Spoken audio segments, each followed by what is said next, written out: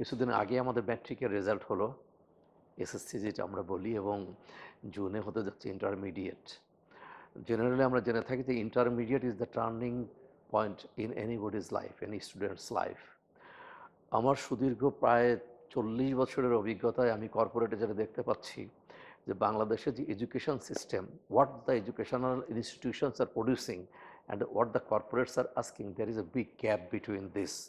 তো আমি একটু পরামর্শ দিতে চাই। আমার নেক্সট ভিডিওতে আমি ডিটেলস বলবো। সেটা হচ্ছে, once you come out successful in HSC, that means intermediate pass করার পরে টার্নিং পয়েন্টে অনেক সময় আমরা বেশি ক্রেজি থাকি কোন কলেজে পড়বো, কোন ইউনিভার্সিটিতে পড়বো, কোন সাবজেক্টে পড়বো, এবং আরেকটা বড় ধরনের চাপ থাকে আমাদের উপরে, আমাদের গার্জিয়ানদের। আমি হয়তো পছন্দ করি না, কিন্তু গার্জিয়ানরা চাপায় দিতে চায় যে তোমাকে এটা পড়তে হবে, তোমাকে এই জায়গায় ভর্তি হতে হবে। I want to give you some guideline, কারণ আমাদের দেশের মেজরিটি যারা পড়ালেখা করেন তারা মধ্যবিত্ত এবং নিম্ন মধ্যবিত্তের মধ্যে বেশি। এই টাকাগুলো সংগ্রহ করতে অনেক কষ্ট হয়। বাবা মায়ের ব্যবসার থেকে হতে পারে, ফসল থেকে হতে পারে, ধার করে হতে পারে, বাট আমরা প্রচুর টাকা নষ্ট করি এবং সময় নষ্ট করে ফেলি।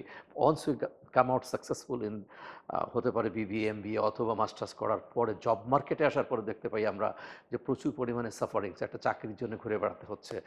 মূল কারণটা কিন্তু নিহিত হচ্ছে ইন্টারমিডিয়েটের সময়ে যদি একটা টার্নিং পয়েন্টে কিছু গাইডলাইন পাওয়া যায়, মানে how will lead our life, educational life, কী শিখবো এবং কী শিখবো না, এবং একটু প্রফেশনাল কীভাবে হব, তাহলে দেখা যাবে যে আপনার অনার্স আর মাস্টার্স চাকরি নিয়ে সমস্যা হওয়ার কথা না। Even you can try to be an entrepreneur, নিজে একজন উদ্যোগী হওয়ার চেষ্টা করা যেতে পারে।